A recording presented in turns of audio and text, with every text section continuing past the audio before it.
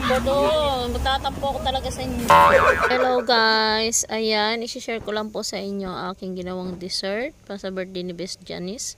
Gumamit lang po ako ng Paju Bar, combo flavor. Ayan, sa 4 na lagayan po, yan po ang ating paglalagyan. At ito na nga ang ingredients, 3 pirasong itlog, 1 kutsarang vanilla, 1 latang evaporated milk, at 1 latang condensed milk. Ayan, hindi ko na naipakita. Ayan, pagkatapos nating i-mix ay atin itong isasalain. Ayan, para maging moist ang kinalabasan. Kailangan natin siya salain guys. Ano yan? Kita nyo naman, may mga buo-buo pa siya na itlog. Kaya dapat sinasala siya. Ayan.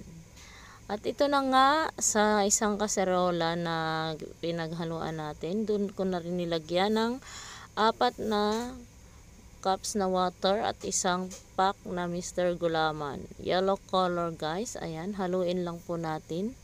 Halo-halo din pag may time. At iyan na nga, isinalang ko na.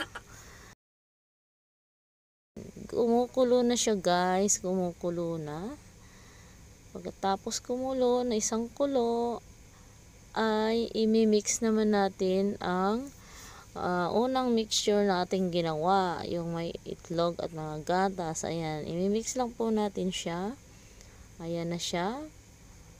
At pakukuluin lang po natin siya ng 1 kulo at palalamigin natin bago i-transfer sa ating mga ginawang lagay. Ayan na nga, naihalo na natin ang unang mixture at pakukuluin lang po natin yan ng 1 kulo at isi-set aside na po natin siya. Ayan na nga, pagkatapos natin palamigin konti, sinala ko na po at inilagay sa mga lagayan. Ang isa-isa. Kailangan po natin siyang salain. Gagawa naman po tayo ng pan-toppings, 1 cup na sugar at 1 cup na tubig. Ayan. At 2 kutsarang cornstarch, i-dissolve natin po yan sa water. Ayan, halo-halo pag may time. Ayan. At ayan na nga, isinalang na natin yung asukal at ang mixture na ating dinissolve sa water. At ayan, lutuin ito hanggang sa lumapot. Ayan, lumapot ng lumapot. Kagaya niyan. O, diba? Ang yummy. At ayan na nga, luto na ang ating calamarize. Ilagay na po natin sa top ng dessert ang ating nilutong calamarize. Ayan. Ayan, 4 po yan nagawa ko. At lahat nilagyan ko. Ayan na. Napakalapot. Ayan, ang ganda ng pagkakagawa. O, diba? Ayan na po. Ayan na nga po ang ating caramelized sugar. Ayan na. Nilagay na po natin sa taas ng ating ginawa. Ayan.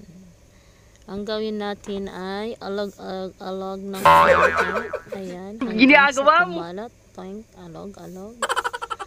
Ayan, 4 po ang aking nagawa. Ayan. Alog pag may time.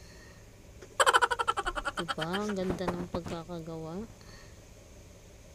Ayan. Ang ganda ng pagkakagawa ko. Ayan. First time ko itong gumawa guys. At ito na nga ang ating finished product. Naka-4 po ako na lagayan. Ay sa kristal ay para sa aking mga bossing. Ayan, 4 po ang aking nagawa. Pinatikim ko po si Lola. Sabi niya, yummy. At si bossing at ang kanyang jowa. Ayan, ilalagay ko na po sa ref para lumamig. Para yummy. Bodo, magtatampo ako talaga sa inyo. Para sa birthday ni Best Janice.